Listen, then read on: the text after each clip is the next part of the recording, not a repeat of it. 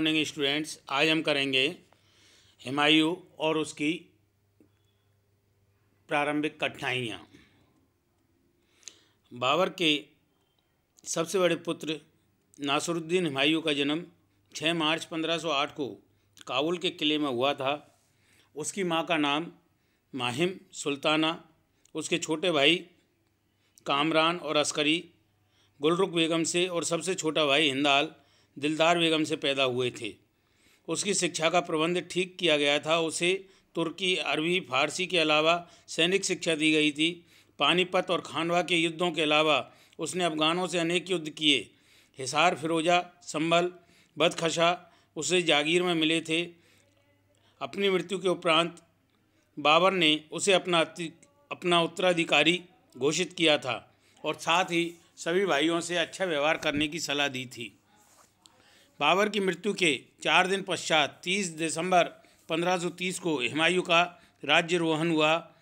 इसका प्रमुख कारण यह था कि बाबर का प्रधानमंत्री निजामुद्दीन अली मोहम्मद खलीफा हुमायूं को अयोग्य समझता था। उसके स्थान पर बाबर के बहनोई मेहंदी ख्वाजा को गद्दी पर बैठाने का प्रयत्न किया, किंतु मेहंदी ख्वाजा के इन शब्दों से सुनने के कि मैं सम्राट बन गया तो बादशाह के रूप में मेरा पहला कर्तव्य होगा कि जैसे विश्वासघातियों की खाल खींचना। खलीफा ने अपना जीवन खतरे में समझकर इस विचार को त्याग दिया और हुमायूं का समर्थन करके 30 दिसंबर 1530 को 23 वर्ष की अवस्था में आगरा के सिंहासन पर बैठाया। हुमायूं की प्रारंभिक कठिनाइयाँ हम लेते हैं। हुमायूं जब दिल्ली के सिंहासन पर बैठा तो वो कोई फूलों की सेज नहीं बल्कि कांटों की ताज थी। बाबर भारत विजय के पश्चात अधिक समय तक जीवित नहीं रह सका था, अतः अपने साम्राज्य को अव्यवस्थित छोड़ गया था तथा उसके उत्तराधिकारियों को अनेक कठिनाइयों का सामना करना पड़ा। इन कठिनाइयों में कुछ उसे अपने पिता से मिली विरासत में कठिनाइयाँ थी, कुछ उसके संबंधियों मिर्जा और भाइयों की खड़ी की थी, किंतु सबसे बड़ी कठिनाई अफगानों की थी जो अभी तक मुग़लों को भारत से बाहर निकालने के लिए प्रयत्नशील थे। इन कठिनाइयों के साथ हुमायूं का अपना व्यक्तिगत चरित्र भी उसके लिए समस्या बना बैठा। हुमायूं की इन सब कठिनाइयों को हम 3 भागों में बांट सकते हैं: आंतरिक कठिनाइयाँ, बाह्य कठिनाइयाँ एवं चारित्रिक दुर्बलताएँ। सबसे पहले लेंगे आंतरिक कठिनाइयाँ। इसमें सबसे पहले बिखरा हुआ साम्राज्य। बाबर ने हुमायूं के लिए एक विस्तृत साम्राज्य छोड़ा था जिसकी सीमाएं मध्य एशिया में काफ़ी फैली हुई थी। भारत में बिहार तथा उत्तर में हिमालय से दक्षिण में मालवा व बुंदेलखंड तक फैली हुई थी। बाबर इस विशाल साम्राज्य की जड़ों को मजबूत नहीं कर पाया था। इस प्रकार व्यवस्था साम्राज्य की जड़ों को मजबूत करने और भारतीयों का विश्वास सहयोग प्राप्त करने के लिए उसके पास पर्याप्त समय नहीं था। शांति काल में इसे बनाए रखना अत्यंत कठिन था। अपने दूरदस्त प्रांतों को मुगल साम्राज्य का नाम मात्र का अधिकार था। ऐसे में इनको युद्ध काल की परिस्थितियों में संगठित रखा जा सकता था। शांति के समय में निर्बल एवं आधारहीन था। दूसरा, दोषपूर्ण शासन व्यवस्था। बाबर अपने विशाल साम्राज्य को संगठित नहीं कर सका था। वह अपनी आत्मकथा में लिखता है, मुझे योग्य व्यक्तियों को दूरदर्शी परगनों में भेजकर शासन प्रबंध व्यवस्थित करने का अवसर प्राप्त नहीं हुआ।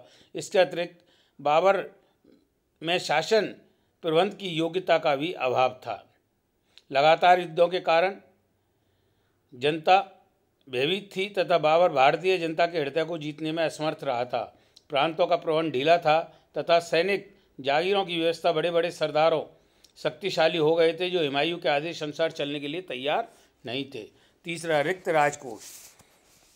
बाबर ने पानीपत के युद्ध के बाद धन का भारी अपव्यय किया था। उसने इब्राहिम लोदी से प्राप्त कोष से अपने पुत्रों तथा अमीरों को बड़ी बड़ी धनराशियाँ दी। यही नहीं, खुरासान, समरकंद, ताशगंज अपने संबंधियों को भी उपहार भेजे। उसने मक्का मदीना के साधुओं को भेंट भेजी। काबुल व बदखशा के हर व्यक्ति को एक एक चांदी का सिक्का इनाम में दिया। इस प्रकार बाबर का हुमायूं से इब्राहिम लोदी से प्राप्त कोष समाप्त हो चुका था और अपने उसके समय में उच्च अधिकारियों पर 30% कर लगाना पड़ा। अतः हुमायूं के गद्दी पर बैठते ही सबसे बड़ी कठिनाई रिक्त राजकोष थी। सैन्य संगठन के दोष। बाबर ने जीवन भर युद्ध और संघर्ष किया था, उसकी सेना में विभिन्न विभिन्न जातियों और देशों के लोग थे। चगताई, मुगल, ईरानी, अफगान, भारतीय, इन विभिन्न जातियों और धर्मों के लोगों को एक सूत्र में बांधने का काम सम्राट का था। बाबर के साथ अनेक वर्षों में रहकर युद्ध करके उसके साथ उनके व्यक्तिगत संबंध हो गए थे, किंतु बाबर की मृत्यु के बाद इन लोगों का दृष्टिकोण क्या था, यह महत्वपूर्ण प्रश्न था।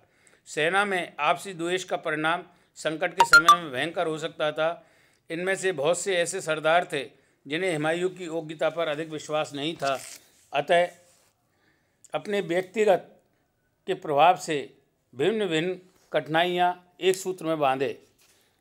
हुमायूं के भाई, इस कठिन परिस्थितियों में हुमायूं को अपने भाइयों से सहायता प्राप्त हो सकती थी, किंतु दुर्भाग्यवश भाइयों का सहयोग उसे प्राप्त न हो सका। बाबर ने अपने सभी पुत्रों को शिक्षा तथा शासन का अनुभव प्राप्त करने की सुविधा प्रदान की थी।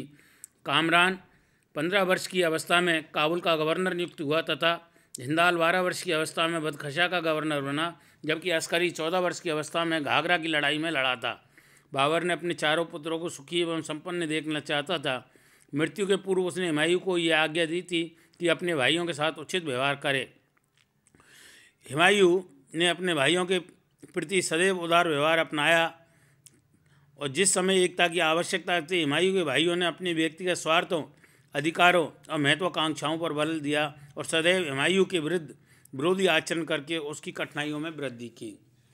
बाबर के संबंधी, हुमायूं के गद्दी पर बैठने के समय मध्य एशिया में कई शासकों के वंशज बाबर की सेना में उपस्थित थे। बड़ी बड़ी जागीरों को प्राप्त करके महत्वाकांक्षी हो गए थे।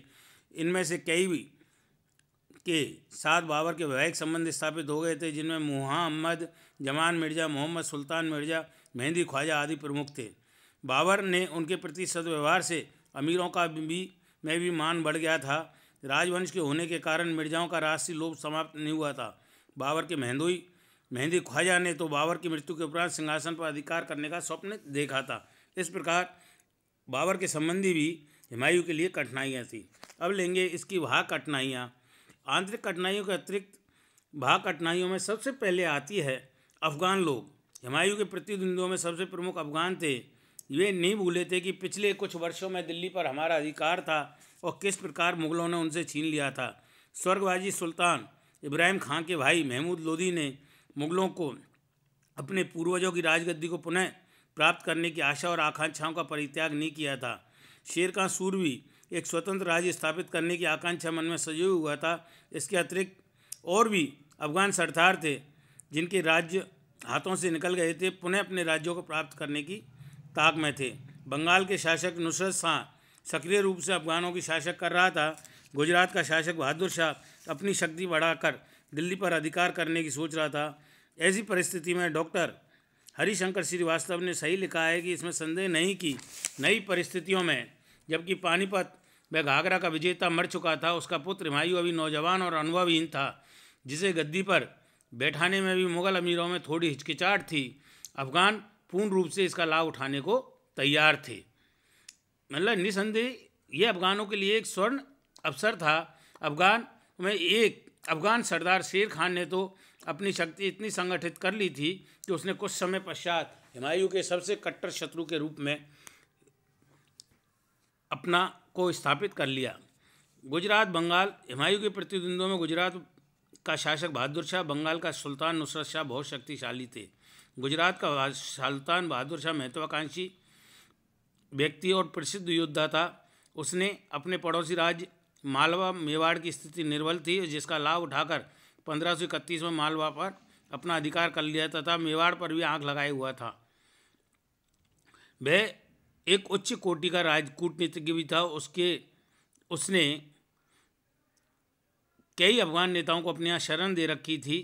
शेर खां व बंगाल के शासक नुसरत शाह से भी उसके पत्र व्यवहार थे। मुग़लों को हिंदुस्तान से बाहर निकालने में वह सहयोग दे।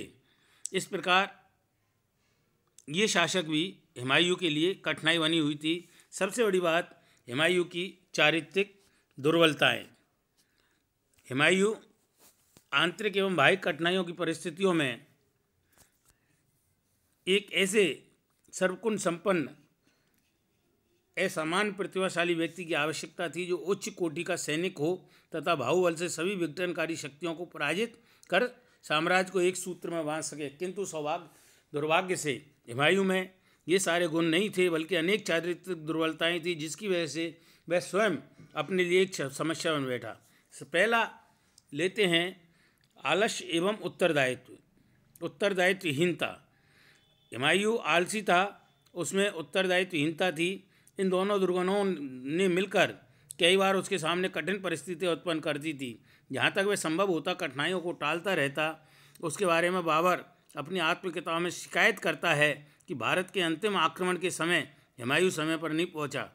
गुजरात के अभियान के समय भी उसका सारंगपुर रुकना, गुजरात के विद्रोह के समय निकट होने पर भी उसने अस्करी की सहायता न करना, गुजरात के अभियान से लौटकर तुरंत शेर खां के विरुद्ध कार्रवाई न करना, आगरा में व्यर्थ समय नष्ट करना, चौसा तथा कन्नौज के युद्ध के समय में युद्ध की प्रतीक्षा करना इत्यादि दोष इसके ज्वलंत उदाहरण हैं। अंधविश्वास हुमायूं के जीवन का एक अंग बन गया था। बिना शकुन निकाले वह कोई कार्य नहीं करता था। आवश्यक कार्य वह अच्छे नक्षत्र के साथ छोड़ देता था। वह मंत्रों तथा जादू में विश्वास करता था। वे भावनाएं उसे आत्मनिर्भर नहीं होने दे रही थी। नेक्स्ट, शत्रु की शक्ति का ठीक निर्णय न कर पाना। हुमायूं न तो कठिन परिस्थितियों में तत्काल निर्णय कर पाता था और न ही अपने निकट लोगों को तथा शत्रुओं का ठीक मूल्यांकन कर पाता था। वह गुजरात के बहादुर शाह शेर खां की शक्ति का अनुमान नहीं लगा सका, जिससे उसने बड़ा नुकसान उठाना पड़ा। वह अपने निकट के मनुष्य उसे धोखा देते थे, फिर भी वह उन पर विश्वास करता था और उन्हें क्षमा करता रहता था, जो ये उसका सबसे बड़ा दुर्गुण था। चारित्रिक बल और संकल्प शक्ति का अभाव। हुमायूं में चारित्रिक बल और संकल्प शक्ति का अभाव था। डटकर प्रयत्न करना उसकी शक्ति से बाहर था। डॉक्टर राम प्रसाद त्रिपाठी ने उसकी चरित्र की विवेचना करते हुए लिखा है, जान पड़ता है कि हुमायूं की बुद्धि एकाकी ही थी, जिसके कारण मौलिक योजना के विफल होने पर परिवर्तित परिस्थितियों से निपटना उसके लिए असंभव हो जाता था। वह कई नई समस्याओं और परिस्थितियों में उसकी बहुमुखी लपटें समझे बिना फंस जाता था, क्योंकि संभवतः उसे अपनी सीमित योग्यता का ज्ञान न था। उसके राजनीतिक अनुमान भ्रामक होते थे और वह यह जान पड़ता है कि न तो वह मानव और न मानव प्रकृति और न ही राजनीतिक स्थितियों प्रशासनिक समस्याओं का सही पारखी था। लेनपूल ने उसके चरित्र के बारे में ठीक ही लिखा है, हुमायूं में सब मानवीय गुण थे, परंतु डटकर प्रयत्न करना उसकी शक्ति से बाहर था। विजय प्राप्ति के थोड़े समय बाद ही वह हरम में जाकर आनंद में पड़ जाता था और अपने समय को अफीमचियों की सपनों की दुनिया में नष्ट करता था, जबकि उसके शत्रुओं की गर्जन उसके द्वार पर सुनाई देती थी। स्वभाव से दयालु होने के कारण जहाँ उसे दंड देना चाहिए था वहाँ क्षमादान कर देता था। नम्र स्वभाव और मिलनसार होने के कारण वह ऐसे नाजुक वक्त में खाने पीने में मौज करता नजर आता था, जबकि उसे युद्ध क्षेत्र में होना चाहिए। उसका संपूर्ण जीवन भल मानस से भरा हुआ था, किंतु बादशाह के रूप में वह असफल रहा। इस प्रकार हुमायूं ने अपने लिए एक समस्या बन बैठा और वह स्वयं अपना शत्रु सिद्ध हुआ। धन्यवाद।